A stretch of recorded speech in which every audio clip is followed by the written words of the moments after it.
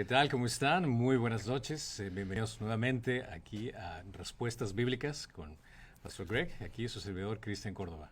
Que Dios le bendiga a todos y qué gusto de poder compartir este tiempo con ustedes en línea y de ojalá clarificar algunas confusiones que estamos teniendo en cuanto a las escrituras. Y esperamos que esto sea de bendición para ustedes. Tenemos algunas preguntas un poco relacionadas con lo que estamos viviendo en la actualidad y queríamos dar unas respuestas bíblicas para que incluso puedan ayudarles a cómo tratar estas conversaciones con su familia, con sus amigos y sobre todo que Dios sea glorificado en cada una de estas conversaciones. Así que, oramos. Definitivamente, porque yo creo que tenemos nosotros que tener un cosmovisión bíblica en estos asuntos.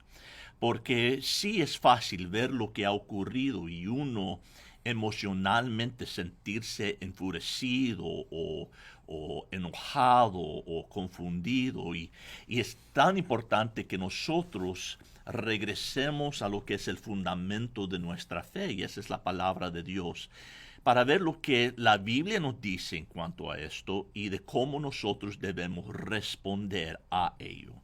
Y, Perfecto, entonces comencemos en oración. Adelante. Listo. Padre Santo, Señor Todopoderoso, gracias te damos por esta oportunidad que nos das de poder alcanzar a la congregación y a personas que están viendo este video. Señor, que nos guíes con tu palabra, con tu sabiduría para poder ministrar, Señor, a todos los que están escuchando. En tu precioso nombre te lo pedimos. En Cristo Jesús. Amén. Amen. Bueno, entonces, yendo en ese tema, vamos a tomar nuestra primera pregunta, que es, ¿cómo debemos responder como cristianos al racismo? Bueno, el tema de la raza y del racismo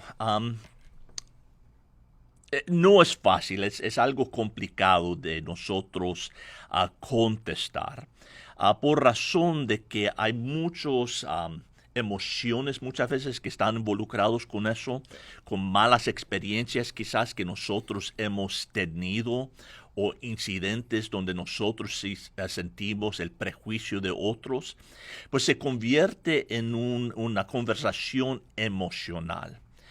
Pero es importante que nosotros separemos por un momento las emociones y vayamos a ver lo que dicen las Escrituras y tengamos una perspectiva bíblica acerca del racismo para que nosotros sepamos cómo actuar hacia ello y qué es nuestra mejor forma de contraatacarlo, si quieres. Y también, aquí en nuestra historia, el tema de la raza ha dominado los Estados Unidos desde sus inicios. Nuestra capacidad para resolver y solucionar este desafío ha sido una mancha en la historia de nuestro país, para ser sincero.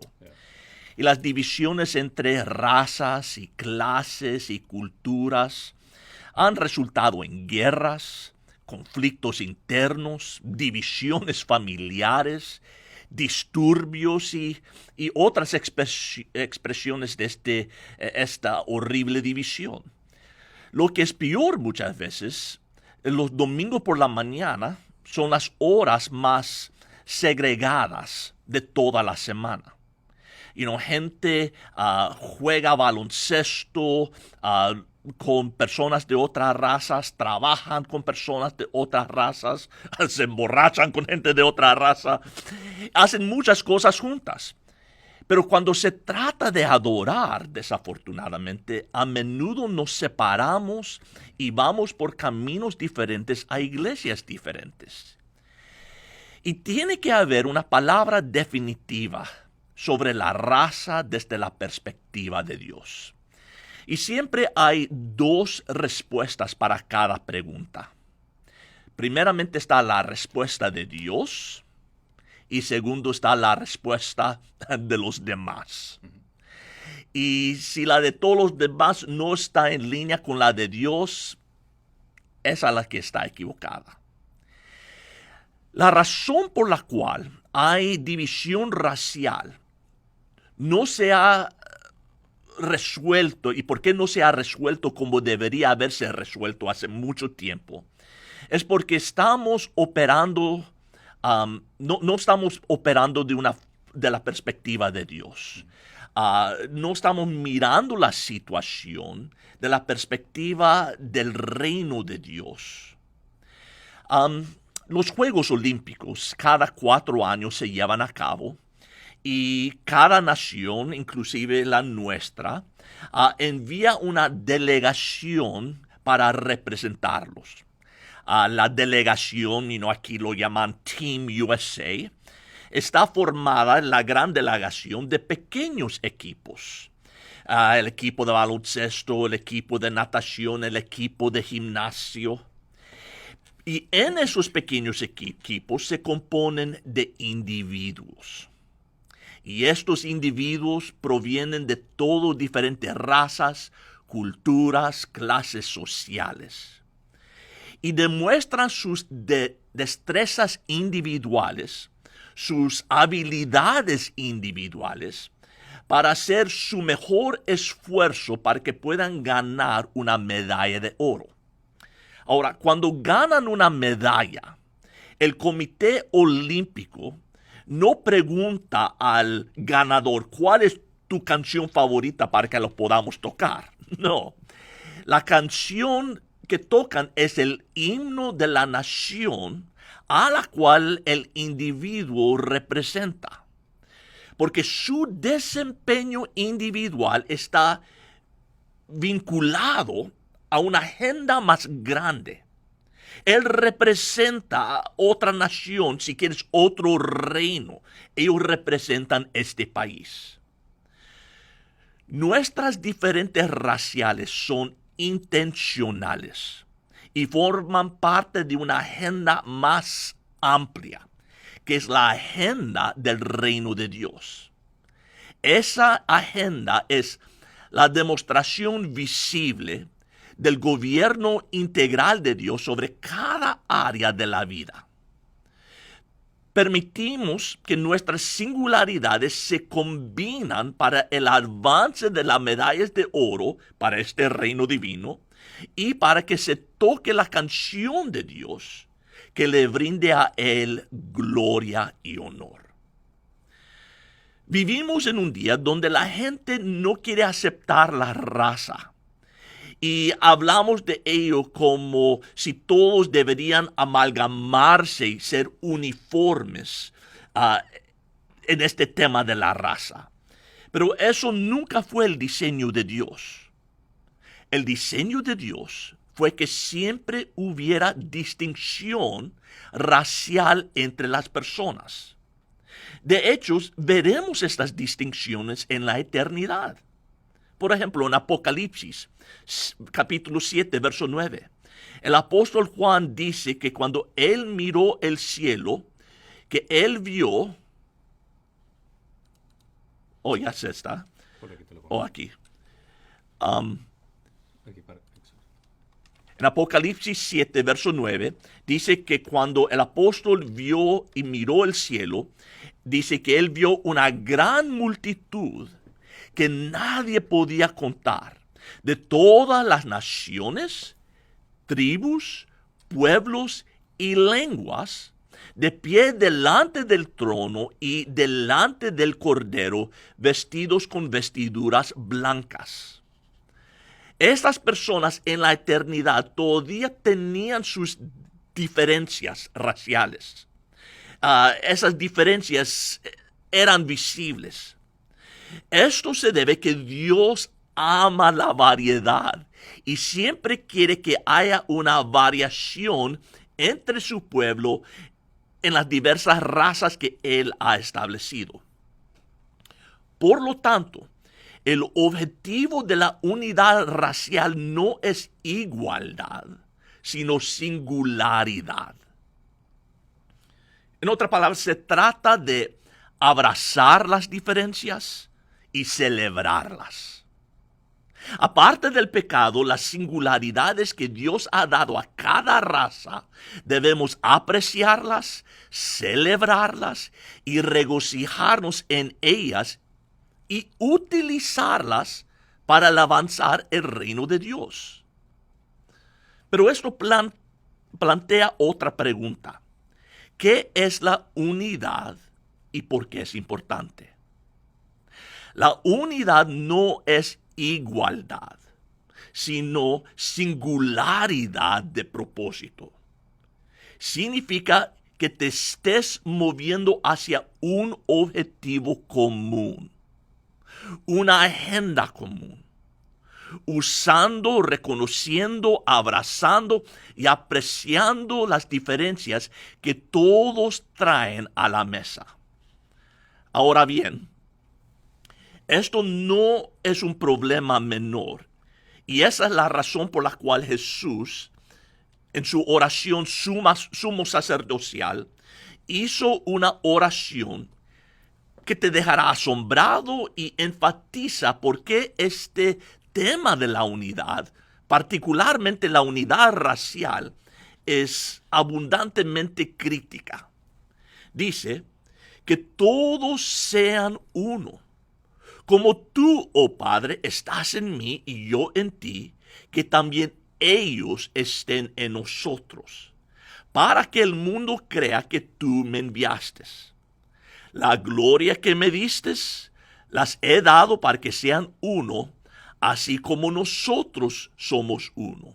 Yo en ellos y tú en mí, para que sean perfeccionados en unidad. Nota, para que el mundo sepa que tú me enviaste y que los amaste tal como me has amado a mí. Cristo dice que la unidad es absolutamente necesaria si su nombre va a ser engrandecido y si la gloria de Dios va a ser revelado. No me importa qué más hagamos como cristianos, si no abordamos el problema de la unidad a través de la raza, la cultura y las clases sociales, estamos bloqueando el testimonio de Cristo y estamos limitando el reflejo de la gloria de Dios.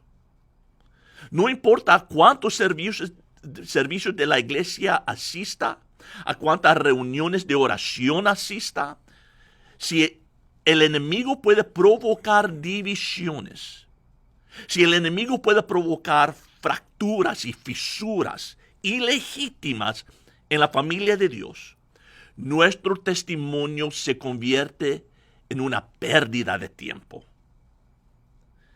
Este problema de la unidad debe ser resuelto. Y es porque no ha sido resuelto por el pueblo de Dios y no ha sido resuelto como debería haber sido por la iglesia, que la cultura permanece en desorden. Dios llama esta unidad ser un nuevo hombre.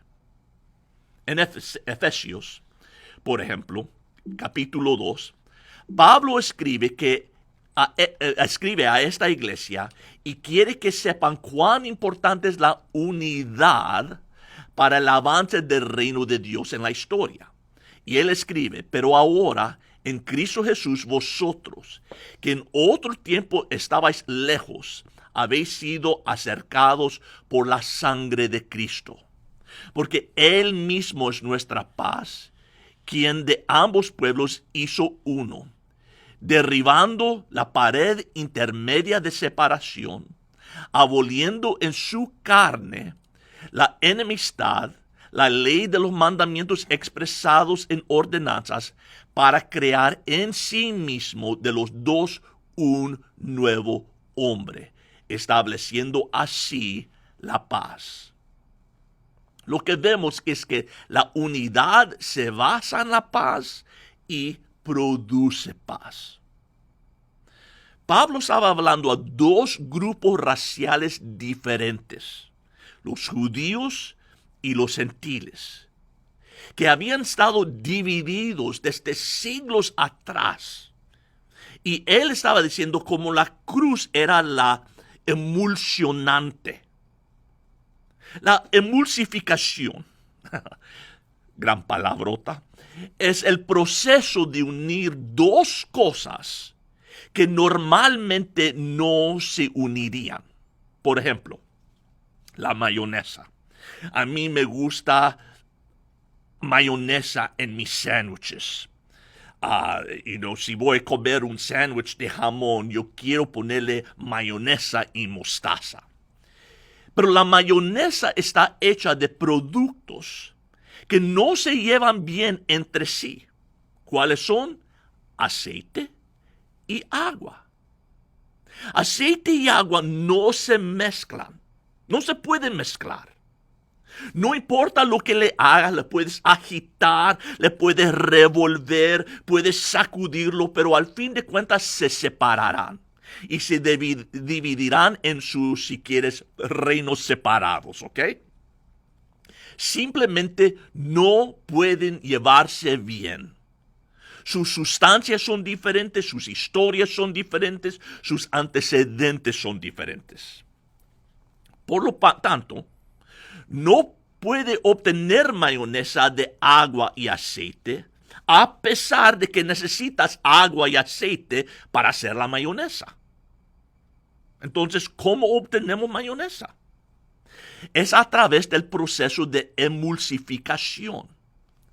Otra vez, la emulsificación es el proceso de introducir otra sustancia que puede relacionarse con las sustancias que no se conectan y juntarlas y mantenerlas juntas para crear algo nuevo. Y en este caso, mayonesa. Pues en mayonesa, el emulsionante son los huevos. Los huevos son introducidos al aceite y al agua. Y los huevos agarran al aceite y agarran el agua y los junta. Y los une para producir algo nuevo. Algo que yo puedo poner en mis sándwiches y comerlos gustosamente. Bueno, adivine qué. Dios ha creado la emulsificación. En Efesios capítulo 2 dice que es la sangre de Cristo. Es la sangre de Jesucristo. Llega a personas de diferentes historias, de diferentes razas, de diferentes culturas, de diferentes clases, y las une y las mantiene unidas mientras no abandonamos la cruz. Sin los huevos no se obtiene mayonesa. Sin la cruz no se puede obtener unidad. Ahora, muchos han abandonado la cruz sin abandonar el nombre. Mantienen el nombre, pero abandonan lo que significa. Porque la cruz significa más que simplemente que voy a ir al cielo. Significa que Dios ha transformado mi identidad en la tierra. La sangre de Jesucristo y nuestra unidad en Él es la clave para la armonía racial. No podemos seguir ignorando este problema. Tenemos que tomarlo en serio, esta cuestión de unidad de propósito. Yo sé que en las últimas semanas y meses se nos ha hecho falta los deportes, ¿verdad? Verlos en la tele y participar de ellos. Bueno, ojalá ya que venga agosto va a iniciar la temporada de fútbol y bueno, vamos a ver y ojalá lo podemos disfrutar. Pero en el fútbol es muy interesante ver la composición de un equipo. Los equipos están formados por personas de diferentes razas, diferentes orígenes, diferentes historias, diferentes culturas, pero aún así forman un equipo. Cuando salen al campo, su humanidad permanece intacta. Son individuos. Son quienes son. Pero están cubiertos por un uniforme, ¿verdad? Y el uniforme es el mismo para todos los jugadores. Tienen unidad de uniforme, y unidad de propósito sin negar su humanidad creada. Tienen un objetivo en mente, es hacer touchdowns. Pero no todas las posiciones son iguales. Cada uno tiene diferente rol, diferente función, pero todos se dirigen a un mismo objetivo. No discuten en qué dirección van a ir porque tienen un propósito. Y el uniforme los identifica y anula cualquier diferencia que hay entre ellos cultural o racialmente. Se supone que tú y yo tenemos el mismo uniforme, color rojo, basado en la obra sacrificial de Jesucristo en la cruz. Y nos ha hecho un nuevo hombre. El objetivo no es solo hacerte nuevo, ya seas blanco, negro, rojo o amarillo, pero hacer que una entidad completamente nueva sea establecida para que pueda avanzar su causa en la historia. Dios quiere que anotes algunos touchdowns para el reino de Dios, pero no puedes hacerlo solo, como un llanero solitario. Tienes que hacerlo como parte de un equipo. Y si la iglesia puede entender esto, y si podemos hacerles saber a todos quienes entran y salen por nuestras puertas que somos partes de algo más grande que uno. Y como dice Santiago 2, no hay lugar para la discriminación porque la discriminación interfiere con el avance del reino de Dios. La pregunta es, ¿estamos bloqueando el reino de Dios o lo estamos avanzando? Siéntete orgulloso de cómo Dios te ha creado. Con tu cultura, con tu apariencia. Abraza tu raza. Solo asegúrate de dirigirte hacia la meta de Dios y no hacia tu propia meta. Amén. Excelente punto. Realmente este es un tema muy controversial en este momento. En el país hemos sufrido bastante, vemos en varias ciudades, pero ¿cómo lo resumirías para alguien que quiere dar ese mensaje tal vez a tus padres, a sus hijos? ¿Qué le dirías? Bueno, en resumen lo que yo diría es, primeramente, otra vez para repetir, Dios nos ha hecho con nuestras culturas, con nuestras razas, con quien somos. Y eso, por lo que yo miro, va a seguir hasta la eternidad. Yo creo que Dios es glorificado y manifestado en cada raza, en cada cultura. Hay cosas en la cultura hispana que reflejan la gloria de Dios, tanto como en la blanca, como en la afroamericana. Hay defectos, hay pecados que tenemos como comunidad que roban ese reflejo, pero cada cultura manifiesta algo del carácter de Dios. Y eso es lo bello. Y no hay una raza mejor que otra. Y eso es algo que va a permanecer. Pero lo que tenemos nosotros que entender es que en la cruz, en la sangre de Cristo, eso es donde nos hacemos uno.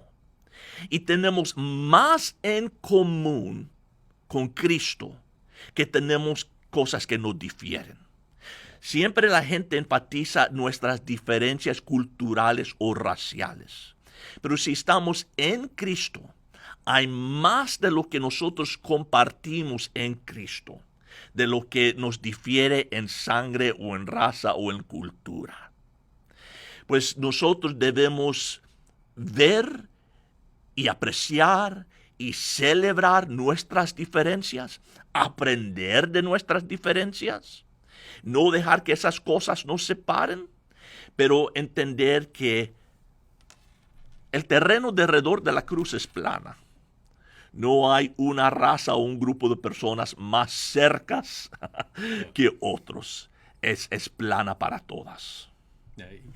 Y si, y si analizamos la alternativa también, considera que es en Cristo donde vamos a poder encontrar esa unidad. La alternativa que encuentras en el mundo, si basamos por el término de la descripción de razas, eh, ese término, en el aspecto evolutivo, viene a ser que unas razas son más desarrolladas que otras. Y es por eso que existe también este conflicto racial, ya que ciertas personas han creído esa mentira de la evolución.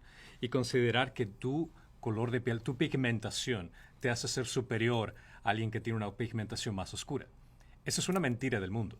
Eso es una mentira que ha logrado embaucar a tantas personas a creerse unos ser superiores y a creerse ser otros inferiores, a ver a otras personas de una forma inferior. Pero en Cristo tenemos ese igualador, la sangre igualador, somos del mismo equipo, así como el ejemplo que utilizaste. Si tenemos la misma camiseta, realmente el color de pigmentación de la piel, realmente al ser a imagen y semejanza de Cristo, como somos todos los seres humanos, viene a ser irrelevante. Y como mencionaste, Greg, es el hecho también de, siendo de la misma raza humana, el hecho de disfrutar de diferentes culturas, de diferentes grupos étnicos, es algo hermoso que lo hace a este mundo ser lo que es. El disfrutar a alguien de una cultura, por ejemplo, yo siendo ecuatoriano, me encanta la comida mexicana, me encanta la cultura mexicana, es diferente a la mía, pero la disfruto. Y es hermoso también cuando vemos en Cristo, ver personas, a mí, por ejemplo, me fascina la forma como la cultura afroamericana adora en las iglesias, la pasión que tienen. A mí me encanta eso, me gusta participar y eso es algo que Dios ha puesto en diferentes formas, en diferentes grupos para poder sentir esa unidad que tenemos en Cristo. Y creo que tal vez algo que sería bueno recalcar es, sobre todo a las familias, les aconsejaría que como padres, como familias se sienten y hablen acerca de este tema de una forma saludable, porque algo es el entender el principio del mundo y otra cosa es entender el principio bíblico.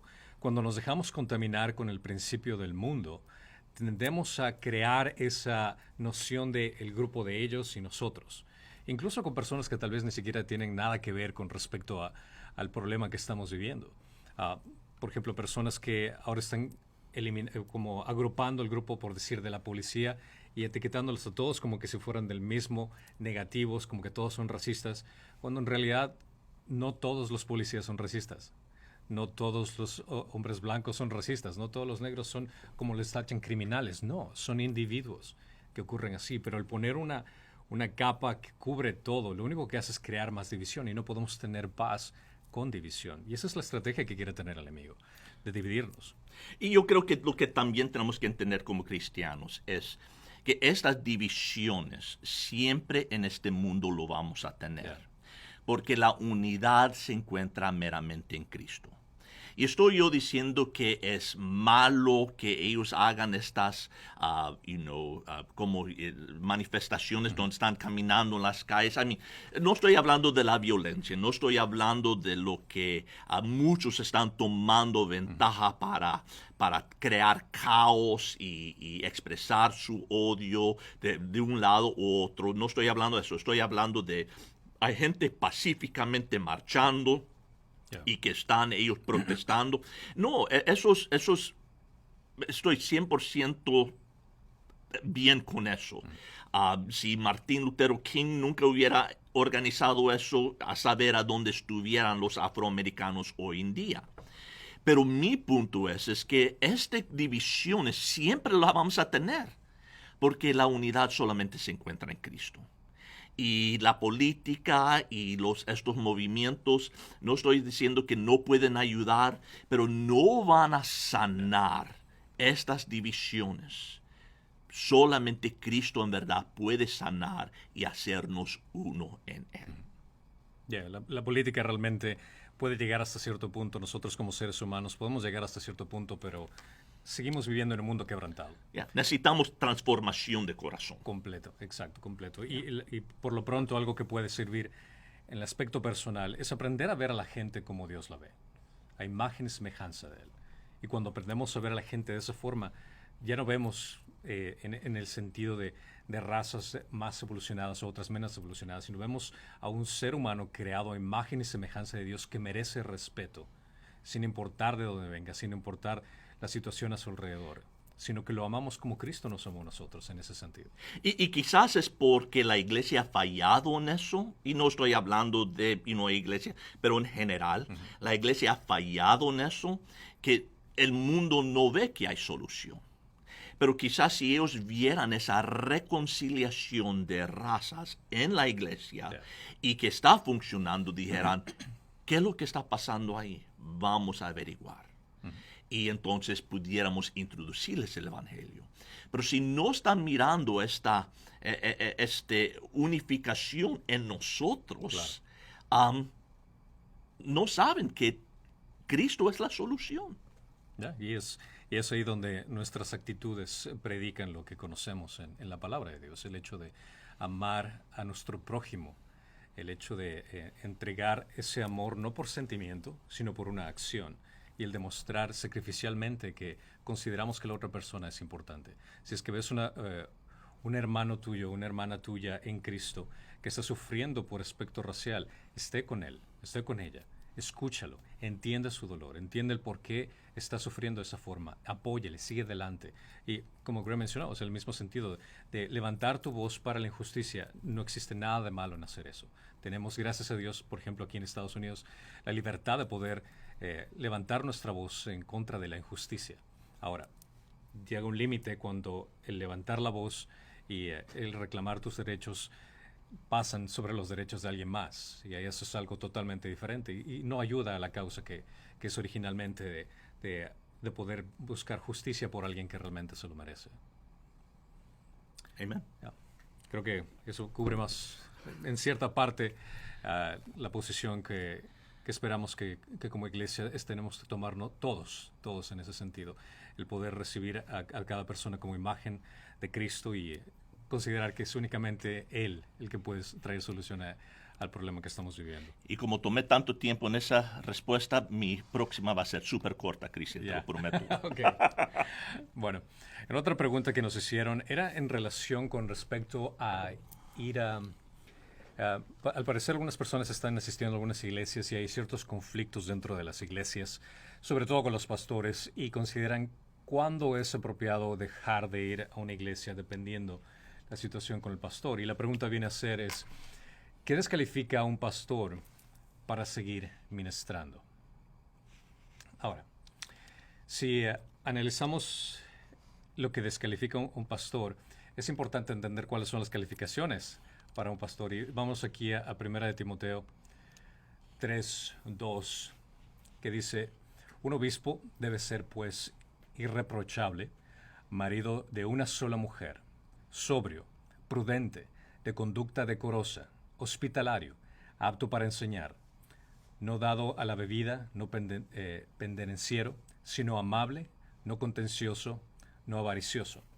Aquí habla acerca de ciertas características de la persona, en el hecho de cómo tiene que comportarse. Cuando habla acerca de reproche, significa el hecho de vergüenza o desgracia aquellos que trae represión o censura a una persona. Es decir, que un comportamiento que deja mucho que desear. Y sobre todo considerando que está en una posición donde está enseñando la palabra de Dios, donde está enseñando acerca de cómo amar a Cristo por medio de la obediencia. Entonces, como líderes, como un pastor, una persona no tiene que traer vergüenza a la iglesia.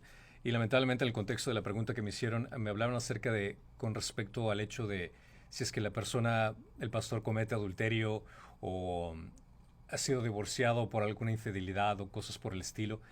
Esas son características que realmente no dan un buen testimonio acerca de ese líder espiritual que tiene que guiar a otros a amar a Cristo de la mejor forma. La palabra debe enfatizar en la, como menciona aquí, las características, en estar por encima del reproche. Ahora, hay que aclarar, el estar por encima del reproche no significa que una persona nunca va a pecar. Caso contrario, ninguno sería capaz de poderse parar enfrente del púlpito y predicar, porque todos somos pecadores. Habla aquí de pecados que son extremos, pecados que son prácticas continuas. Yo soy pecador, Greg es pecador, todos somos pecadores y vamos a caer en pecado. Pero si es que estamos en un pecado continuo, en el mismo aspecto, una y otra vez, y no nos arrepentimos de eso, son a ese tipo de reproches, el hecho de que eso que hace mal representar a Jesucristo, lo que puede descalificar a una persona de poder enseñar. Un pastor debe ser un ejemplo a otros. En Hebreos 13:7 dice: acordaos de vuestros guías que os hablaron la palabra de Dios, y considerando el resultado de su conducta, imita su fe. Y eso es una responsabilidad muy grande, y es por eso que, como mencionan las Escrituras, aquel que anhela una posición como de pastor o de enseñar, anhela una posición bastante grande, en el sentido de que no solo por el hecho de que estás al frente, sino que la gente te ve, la gente tiende a imitar lo que tú haces. Y si es que tú estás mal representando a Cristo, entonces realmente considera que vas a rendir cuentas de eso tarde o temprano ante Dios. En 1 de Pedro 5:3 dice: tampoco como teniendo señorío sobre los que os han sido confiados, sino demostrando ser ejemplos del rebaño. Me recuerda incluso esto como Pablo menciona que seamos imitadores de Pablo. Ahora, todos entendemos de por sí que tenemos que ser imitadores de Cristo, pero Pablo, al decir esto, se puso en una posición de: yo estoy siguiendo a Cristo, y si me siguen a mí es porque realmente estoy haciendo lo mejor de mi vida para poder seguir a Cristo. Y esa es una imitación que todo pastor, todo líder tendría que hacer. El hecho de decir: puedes seguirme a mí porque estoy dedicándome en seguir mi vida a Cristo. Alguien que tanto en la iglesia como en su hogar sea un ejemplo, es un llamado muy grande, y es un llamado de poder enseñar a otros cómo ser como Cristo, con tu ejemplo. Esto es, por eso es que el estar en esta posición es una posición muy vulnerable, ya que el enemigo ataca específicamente a las personas que están en liderazgo, por calumnias, por difamaciones, por diferente tipo de cosas, para cuando la cabeza cae, el resto del grupo cae, el resto de la iglesia cae. En 1 de Pedro 3:16 menciona: teniendo buena conciencia, para que en aquello que os sois calumniados sean avergonzados los que difaman vuestra buena conducta en Cristo. Aquí dice que tu comportamiento tiene que ser fuera de ningún tipo de actitud que te haga avergonzarte a ti, avergonzar a tu congregación, avergonzar a tu familia. Así que cualquier persona que intente calumniarte de cualquier sentido, tengas la plena garantía y satisfacción de decir: en Cristo yo no soy esa persona que describen, en Cristo yo no actúo de esa forma, porque Él es el que guía mi vida, y tengo personas a mi alrededor que pueden reiterar mi conducta en esa área. Es por eso que incluso es algo que me gustó cuando fui la oportunidad Dios me dio la oportunidad de ser nombrado como pastor. Greg hizo una llamada y quería conversar con mi esposa, y quería saber cuál era su posición con respecto a mí, lo cual me parece una decisión súper sabia. Si es que estás considerando a un líder, creo que la persona o alguien que quiere representar o hablar de Dios, la forma más práctica de saber qué clase de persona es hablar con su pareja, hablar con su esposa, y que en honestidad te diga si realmente es un hombre piadoso, si realmente es una persona de carácter que pueda estar frente de alguien para liderar a otras personas. Entonces, existen comportamientos que pueden descalificar a un pastor, que pueden descalificar a un líder. En Tito, capítulo 1, versículos 6-7 dice: esto es, si alguno es irreprensible, marido de una sola mujer, que tenga hijos creyentes, no acusados de disolución ni de rebeldía, porque el obispo debe ser irreprensible como administrador de Dios, no obstinado, no iracundo, no dado a la bebida, no pendenciero, no amante de ganancias deshonestas. Entonces, una de las características que puedes darte cuenta aquí es el hecho de marido de una sola mujer. Eso implica que el cometer adulterio, para un líder, un pastor que comete adulterio, automáticamente es descalificado de la posición de poder enseñar. No importa las circunstancias, el contexto, realmente adulterio es fornicación, y eso es un pecado que descalifica a cualquier líder. Si estás haciendo una iglesia donde se da que el pastor ha cometido adulterio, te aconsejaría que vayas a otra iglesia. Si es que ese pastor no se da de baja a sí mismo, te das cuenta que el liderazgo que está a su alrededor no es digno de representar bien al cuerpo de Cristo, porque esa persona debería ser descalificada. Ahora, si es que hay un pastor que ha cometido adulterio, esa persona puede arrepentirse, esa persona puede ser restituido a la congregación, puede ser parte nuevamente de la congregación, pero ya no puede tomar esa posición de pastor, ya no puede tomar esa posición de líder, porque lamentablemente esa actitud es reprochable. Es el hecho de que ha cometido algo que es un mal ejemplo para la congregación. Así que el adulterio es una de las razones por la cual descalificaría por completo a un líder.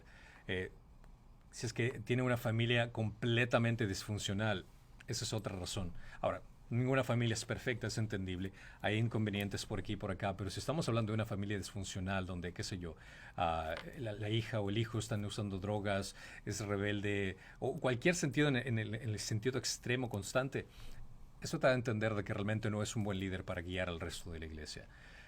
Si es que es rebelde, si es que es arrogante, si es que cuando intentas corregirlo no acepta sus errores, si es que le presentas la palabra de Dios y le dices que está mal en estas áreas, a pesar de que le explicaste bíblicamente su error y en arrogancia dice, no, yo soy el pastor, yo tengo la autoridad, eso es también otra razón para descalificarlo, porque no tiene esa humildad para someterse bajo la palabra de Dios.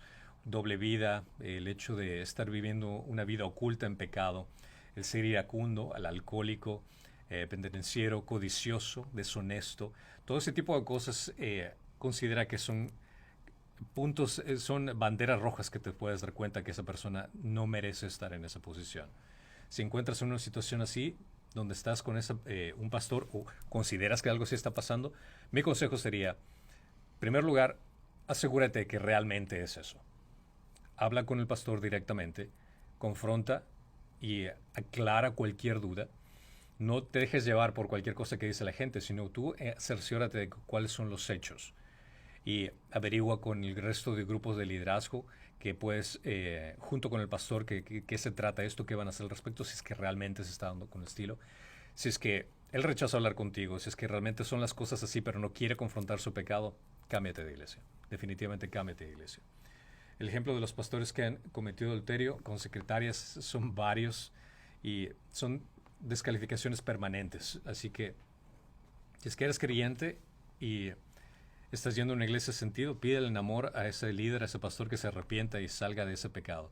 Pero si es que no lo quiere hacer, definitivamente te aconsejaría que busques otra iglesia.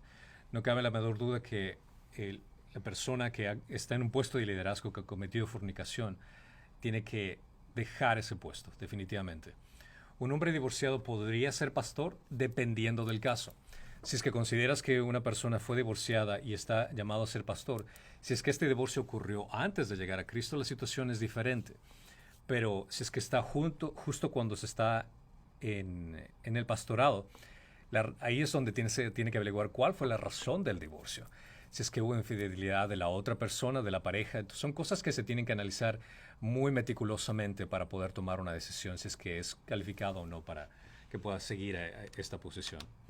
Pero eso sería en breves rasgos lo que diría que son los puntos que pueden descalificar a un pastor o a un líder. ¿Algo que tal vez se me haya pasado? No, yo creo que, y hay que entender que cada denominación va a tener sus propias reglas, ¿ok? Y ahí es donde se complican las cosas. Pues nosotros estamos hablando de nuestra perspectiva como iglesia, lo que es nuestra convicción. Y hay otras iglesias que tienen diferentes convicciones, pero cuando viene a un pastor cometiendo adulterio, yo no digo que esa persona que Dios ya nunca más lo puede usar, que Dios se ha lavado sus manos de ellos y que está marcado por la vida, no. Yo, por cierto, conozco, no personalmente, pero por medio de lectura, un pastor que cayó en inmoralidad. Y él fue removido de su iglesia y pasó por un proceso de consejería, su matrimonio se restauró y él ahora está pastoreando, pero su ministerio es a pastores y personas que han caído en adulterio. Él ya no es el pastor principal, él ni siquiera, que de lo que yo sepa, predica de un púlpito, pero él sí se ha arrepentido y Dios lo ha restaurado y tiene un matrimonio bien sólido. Ahora Dios lo usa por las experiencias que él tuvo de ayudar a otros que han pasado por eso. Yeah. Pero otra vez es un ministerio muy enfocado y no es algo sobre la cual él tiene como la autoridad sobre la grey. Porque lo que sucede muchas veces es que los pastores caen con miembros de su iglesia. Yeah. Y esos son las personas que ellos deben de estar apacentando, cuidando, protegiendo. Y el pastor de repente se convirtió en el lobo. Es como en el correcamino que ese lobo se disfrazaba como oveja. Y eso no debe de ser. So, definitivamente yo creo que una vez que un pastor cae en ese pecado, ya no puede ser pastor principal, y si él sigue en ministerio va a tener que tener supervisión y dar cuentas a alguien, Yeah. y va a ser un ministerio ya cambiado. Ya no puede ser el mismo. Claro. Ya no es igual. Ya. Bueno. Siguiente pregunta. ¿Por qué existía la poligamía en el Antiguo Testamento? Bueno, cuando leemos nosotros la Biblia, leemos de hombres como Jacob, que vemos que él tuvo múltiples esposas, y vemos esa historia. Pero entonces cuando llegamos a la ley que vino después, pero no importa, pero aquí vemos la ley que dice claramente, si toma para sí otra mujer, no disminuirá a la primera su alimento, ni ropa, ni sus derechos conyugales. Y uno dice, ¿qué? Ahora la ley está permitiendo que haya poligamía. ¿Qué es lo que está pasando aquí y qué es nuestro entendimiento acerca de la monogamía y el matrimonio? Bueno, primeramente déjeme poner muy en claro, Dios no está a favor de la poligamía. Vemos desde el principio, el patrón y el plan de Dios era un hombre con una mujer para toda una vida. Pero fue la depravedad del hombre que abusó de eso y introdujo la poligamía. Cuando leemos los descendientes de Adán, llegamos a un hombre en capítulo 4, verso 18, de nombre Lamec.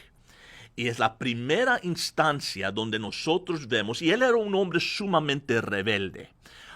Por cierto, decía que él era un rebelde contra Dios. Él se jactaba de eso. Pero es la primera situación donde vemos a un hombre tomando dos mujeres. Y era en rebeldía contra el orden establecido de Dios a su tatarabuelo Adán. Pero si eso es el caso, si eso siempre fue el plan de Dios, ¿por qué vemos que en la ley, como aquí acabo de leer en Éxodo 21:10, que dice, si toma para sí otra mujer, no disminuirá a la primera su alimento, ni su ropa, ni sus derechos conyugales? ¿Por qué está dando leyes para proteger a múltiples esposas? Bueno, nosotros lo que miramos es que la ley estaba tratando de no establecer la norma, sino para proteger a los inocentes. Cada vez que vemos la poligamía en la Biblia, siempre era algo que causaba problemas. ¿Okay? Nunca hubo una situación donde un hombre con múltiples esposas que todo le fue bien. Cuando Jacob tomó a Lea, eso es cuando empezó problemas con Raquel y las cosas solo siguieron degenerando. Y por cierto dice que a uno amaba, a Raquel amaba, pero a Lea aborrecía. Y la razón por eso es porque Dios nos ha hecho solo con la capacidad de amar a una persona de esa manera. Y el momento que nosotros empezamos a enamorarnos o perseguir tras otra persona, eso crea conflicto en nuestros corazones que resulta en amando uno y odiando al otro. Eso es algo que veo mucho suceder con hombres que caen en la pornografía, ¿ok? Empiezan a mirar estos retratos de mujeres que, cirugías y son medios plásticas, y ellos ven y empiezan a ver a su esposa y la empiezan a despreciar y no amarlas. Y eso es porque Dios nos ha hecho solamente capaz de amar a una persona con todo nuestro ser, con uno. Por cierto, la Biblia dice que nadie puede servir a dos señores, porque aborrecerá a uno y amará al otro, se apegará a uno y despreciará al otro. Pues Jacob, él trató de tener dos esposas, Lea y Raquel, y al final aborreció una y amaba a la otra. Pero, ¿qué hacemos con esto de la poligamía? Bueno, aunque vemos la poligamía en el Antiguo Testamento, nunca vemos a Dios bendiciéndolo. Siempre era con precaución. Siempre estaba diciendo, esto va a ser destructivo. Pero también cuando dio la ley a Israel, ya había poligamía dentro del pueblo. Y lo que Dios quería evitar es que su pueblo dijeran, bueno, solo podemos estar casados con una mujer, pero yo ya tengo tres, pues voy a rechazar a dos de ellas y quedarme con la última, y que esas dos murieran de hambre y descuido, porque no podían trabajar ni ganar la vida como la hacen hoy en día. Pues Dios dio estas leyes no para decir esto está bien, sino una forma de proteger a las mujeres que ya se encontraban en esta situación, que ya se encontraban con un esposo que tenía múltiples esposas, y para que ellas no fueran echadas y entonces sufrieran y quizás aún murieran. Pues era la forma de Dios de tratar de ofrecer un poco de protección. Y también tenemos que entender que la ley era como esas ruedas que le pones a la bicicleta cuando tus hijos van a aprender, que les está más o menos enseñando cómo balancearse, cómo hacerlo, y la ley estaba tratando de guiarlos y ayudarles a aprender, de salir del mundo y empezar a aprender cómo vivir conforme a la voluntad de Dios. Y Dios sabía que no iba a ser una cosa inmediata, pero iba a tratar de entrenarlos y guiarlos a ese fin. Pues el patrón bíblico es un hombre y una mujer por toda una vida. Y nosotros siempre, precaucionamos a los matrimonios cuando estamos dando consejería, cuando damos consejería prematrimonial, aún de tener cuidado en tener amistades cercanas del sexo opuesto. La Biblia enseña, donde está tu tesoro, ahí estará tu corazón también.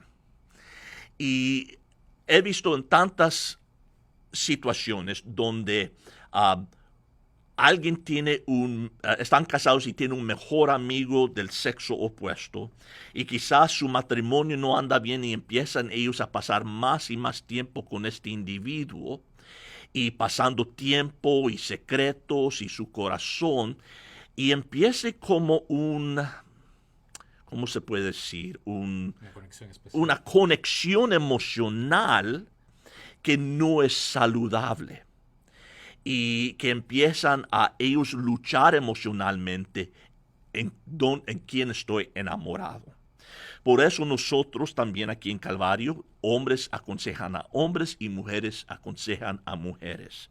Porque nunca queremos que las emociones se complican de parte del consejero o del que está recibiendo consejería, o que se malinterprete algún amor que es del Señor con un amor que sea romántico.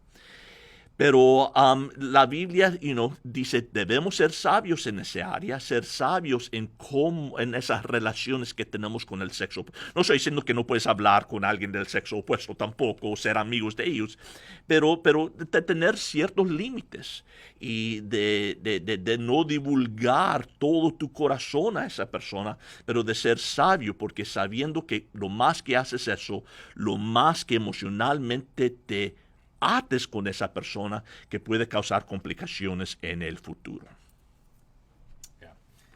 Sí, porque el dejar que alguien más se introduzca en tu relación, si es que es del sexo opuesto, suele causar inconvenientes. Incluso algo que también pongo como norma en mi vida es el hecho de procuro no estar a solas con otra mujer para, primero, no dar una mala impresión a la gente, obviamente por respetar a Dios. Segundo, obviamente no quiero que la gente piense que estoy engañando a mi esposa en esa área. Y una anécdota también agradable que me ocurrió es, creo que sí te comenté, es el hecho de que cuando estaba en Calvary y estaba caminando con mi hermana en la iglesia, y un hermano se me acerca y se para al frente de mí. Me dice, ¿qué tal, Cristo? ¿Cómo estás? ¿Y ella quién es? Me quedé frío. Pero me gustó muchísimo el hecho de que un hermano en Cristo me confronte de esa forma, pensando en mi relación, en mi esposa. Le digo, es mi hermana, te presenta muchísimo, tanta cosa. Pero después yo me acerqué y le dije, oye, gracias por hacer lo que hiciste. Porque realmente demuestra mucho el hecho de que te interesa mi relación con mi esposa, como para que me hagas la pregunta de quién es ella. Yeah. Una mujer que tú no conocías. Bueno, otra anécdota. Yo recuerdo cuando trabajaba en la iglesia de Calvary, yo trabajaba en la oficina por algunos años. Y entonces había un pastor, Pastor Manny se llamaba.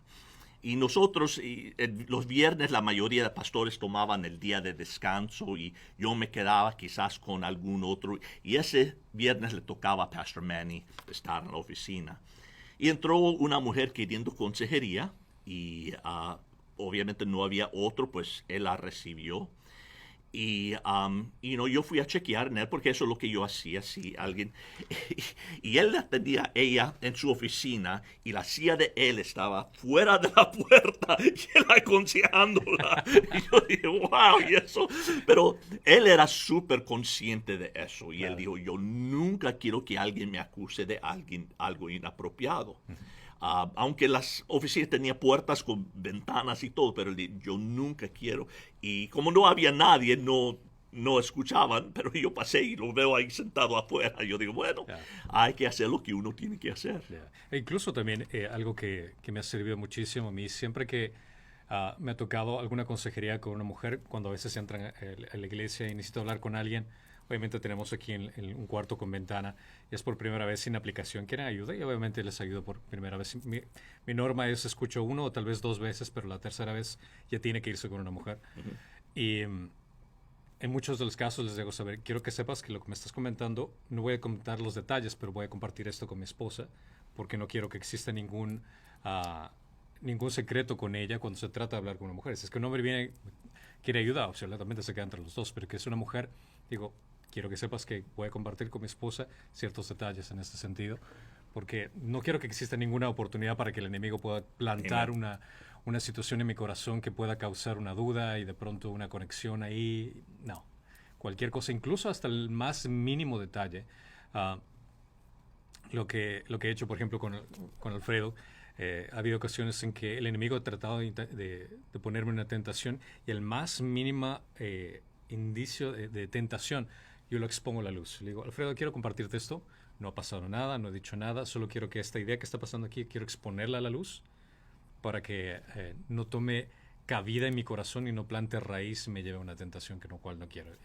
Entonces es aconsejable el hecho de que tengas a alguien que puedas confiar, si es que se trata de un mejor amigo de tu mismo sexo, obviamente, que puedas explicar las tentaciones que estás pasando, o si es que estás con tu esposa, le digas ciertos detalles. Por si acaso me topé con esta mujer y quiero que sepas que este es el contexto de lo que ha ocurrido, para que el enemigo no tenga cabida para hacerte tambalear ni dañar tu relación, sobre todo el hecho que estás representando a Cristo. Vamos ahora con la última pregunta, que es: ¿qué derecho legal espiritual tiene Satanás sobre nosotros? Bueno, en esta pregunta viene en el contexto de que me hicieron esta pregunta por el hecho de que han escuchado diferentes terminologías, expresiones que se utilizan en ciertas iglesias, ciertos cristianos que utilizan. Y, y el contexto de esta pregunta era por el hecho es que Satanás tiene una, como una autoridad legal sobre nosotros. Ahora, es importante entender cuál es el poder que tiene Satanás. Satanás fue un ángel creado por Dios. Él se rebeló contra Dios y actualmente él es el líder de los demonios y de lo que cuáles fueron los ángeles caídos. Ahora, él tiene un poder en el reino celestial, como también tiene un poder en el reino de la tierra, aquí con nosotros. Y claramente lo puedes leer en el libro de Job, donde puedes leer que Satanás estuvo rodeando la tierra y alrededor de ella. Y como vamos en las escrituras, dicen que Dios le entregó ciertas oportunidades para poder atacar a Job. Le permitió tocar a sus posesiones, su familia, su salud, pero nunca le dio la oportunidad de atacar a su vida. Ahora, Satanás, él aún está debajo de cualquier cosa que Dios le permita hacer. Satanás no puede tener autonomía en hacer lo que él quiera, a menos de que Dios se lo permita. Este es un claro ejemplo, el libro de Job. Desde el comienzo, cuando Satanás puso esta duda en Adán y Eva y trajo la tentación, desde el principio, él ha sido considerado como aquel que daña lo que Dios considera como bueno. En la palabra de Dios se lo conoce a Satanás, como por ejemplo en Juan 12:31, que dice: y hasta aquí el juicio de este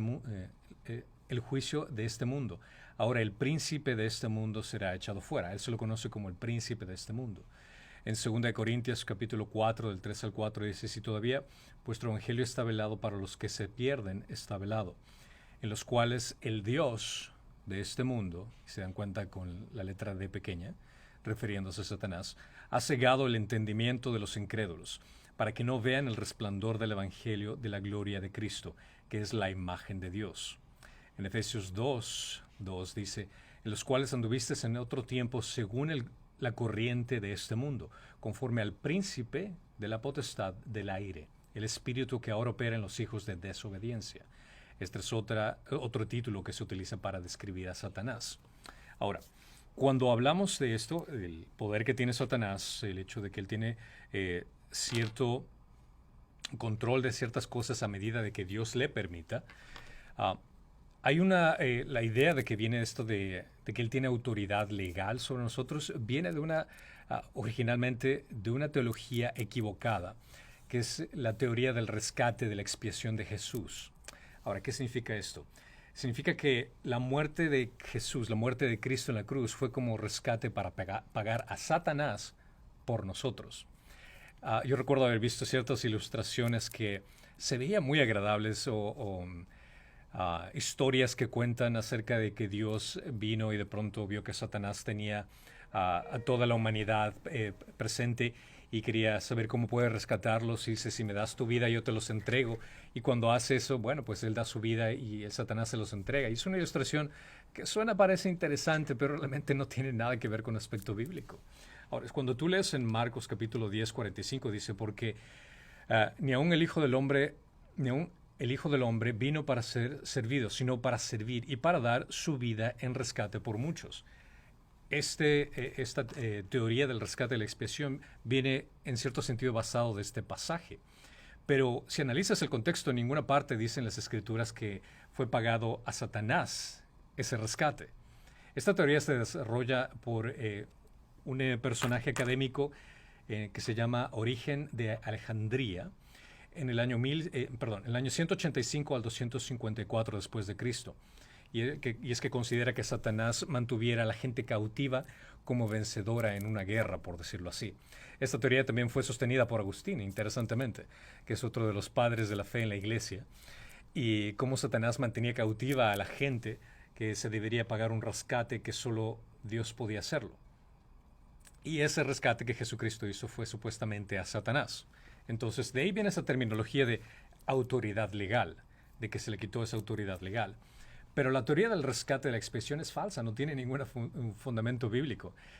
Incluso convierte a Satanás en un benefactor de este trabajo expiatorio, es decir, que el sacrificio fue para Satanás. Y le da un papel demasiado alto e importante a Satanás que realmente no se lo merece en lo absoluto. No hay nada en las Escrituras que diga que Satanás fue el que se le dio, al que se le pagó el rescate. Este rescate fue pagado a Dios Padre, no a ningún ser. Considera que Dios nos salva de Él, por medio de Él y para Él. Dios es el que se lleva toda la gloria aquí. Satanás y sus demonios son enemigos temibles, pero Jesús destruyó su poder. Cuando tú lees en Génesis capítulo 3, versículo 15, dice, y pondré enemistad entre ti y la mujer, y entre tu simiente y su simiente.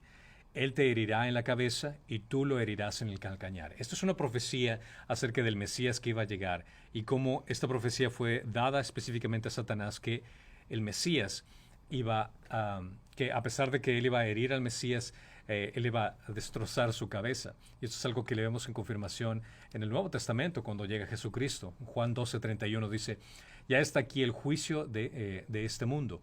Ahora el príncipe de este mundo será echado fuera. Juan 16:11 dice, y de juicio porque el príncipe de este mundo ha sido juzgado. La salvación de Jesús que Jesús nos ofrece nos ha liberado del yugo de Satanás, lo cual es totalmente diferente a la administración legal como se le quiere dar. Así que la muerte de Jesucristo hizo que se pierda el poder del aguijón de la muerte, como se menciona en las Escrituras. Y claramente Dios es el único que tiene dominio sobre todo. Él es el único que tiene la garantía, la administración de absolutamente todo lo que existe. Las Escrituras claramente dicen que el dominio sobre la tierra le pertenece únicamente a Dios.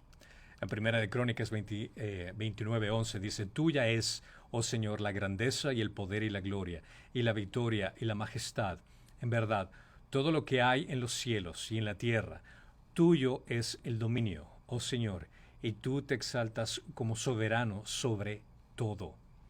Salmos 24:1 dice, del Señor es la tierra y todo lo que hay en ella, el mundo y los que en él habitan.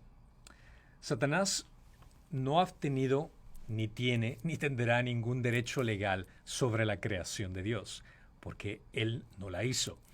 Job lo demuestra, que Satanás incluso está limitado a lo que Dios le permite hacer. Esta expresión viene a ser como una jerga cristiana, esto es decir, que tiene una administración legal, un dominio legal sobre la gente. Y usualmente esta jerga cristiana jerga quiere decir como una expresión, una terminología que se utiliza en las iglesias pentecostales cuando se trata acerca de liberaciones, cuando se trata acerca de hacer oraciones para liberar a la gente que quitan el dominio de la ley que tiene sobre las personas, el espíritu de alcoholismo, que el espíritu de adulterio, que le ponen hecha culpa a todos los espíritus, pero nadie se asume su responsabilidad de sus culpas. Entonces, son términos que realmente no son bíblicos, solo se utilizan como una jerga cristiana en la iglesia, pero nosotros no podemos autorizar a Satanás, incluso viviendo ese punto, si es que nosotros diríamos, le quito la autoridad legal sobre mí. Ni siquiera tú tienes la autoridad legal sobre ti mismo, porque tú le perteneces a Dios, tú fuiste una creación de Dios, eres una creación de Dios, y no puedes otorgar algo que no te pertenece, tu vida no te pertenece.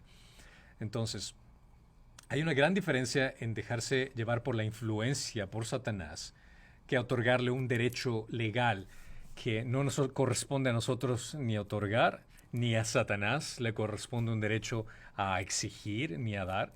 Así que siempre que escuches este tipo de terminologías, esas jergas cristianas, pregunta cuál es el fundamento bíblico para esto. No tengas miedo ni reparo en aclarar ciertas expresiones que a veces la gente utiliza y lo repiten una y otra vez, que parece que debe ser verdad porque la gente lo dice en todos lados. Pero realmente son falsas. La mayoría de ellas son solo expresiones que no tienen ningún fundamento bíblico. Por ejemplo, escuché que dice un pastor que dijo que cuando su esposo ya no ama a su esposa, ya no tiene derecho legal sobre ella, ni ella derecho legal a respetarlo. No entiendo de dónde sacaron este tipo de cosas. La Biblia no menciona nada absolutamente de esto. Aparte que el amor no es un sentimiento, el amor es una acción, porque de tal manera amó Dios al mundo que Él entregó a su Hijo. No que ese sentimiento que tuvo por nosotros. El amor bíblico es una acción, no es un sentimiento.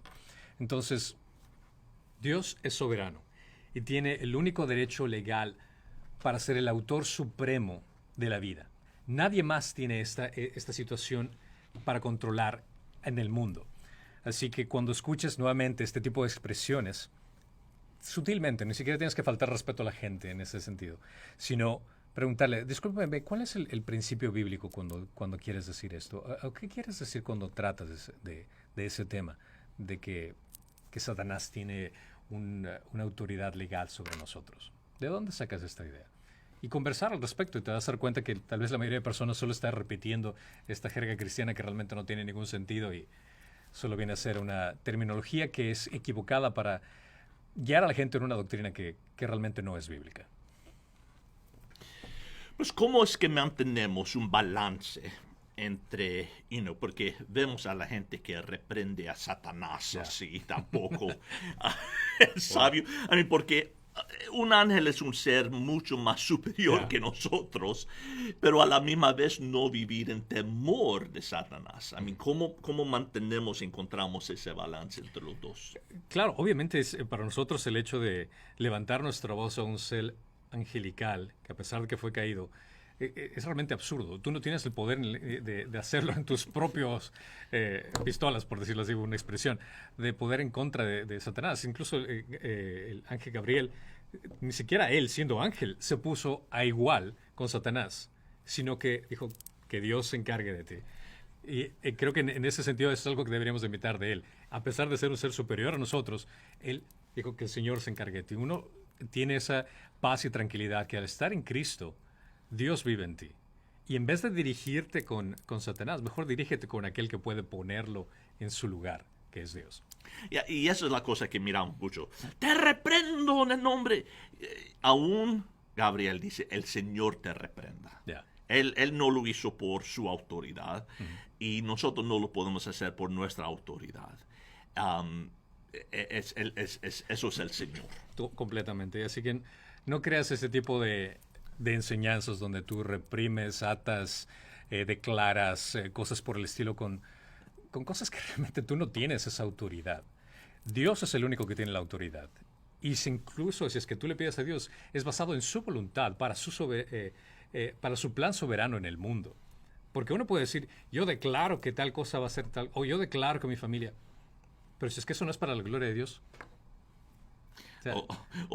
Y yo te ato. Eso es la otra cosa. Yeah. Y yo creo que cuando lo atan, lo están atando con moño porque Sí. así de rápido y ya están luchando con esa tentación nuevamente. No, así que recurre al Dios soberano todopoderoso que tiene autoridad sobre toda su creación, incluyendo a Satanás, para que se aparte de ti. Así que tú no tienes que hablar con el enemigo. Tu conexión es únicamente con Dios. Eso sería todo. Bueno, terminamos y 1:15 no estuvo tan mal. No estuvo tan mal. Bien. Creo que lo vamos a tratar de mantener a este nivel.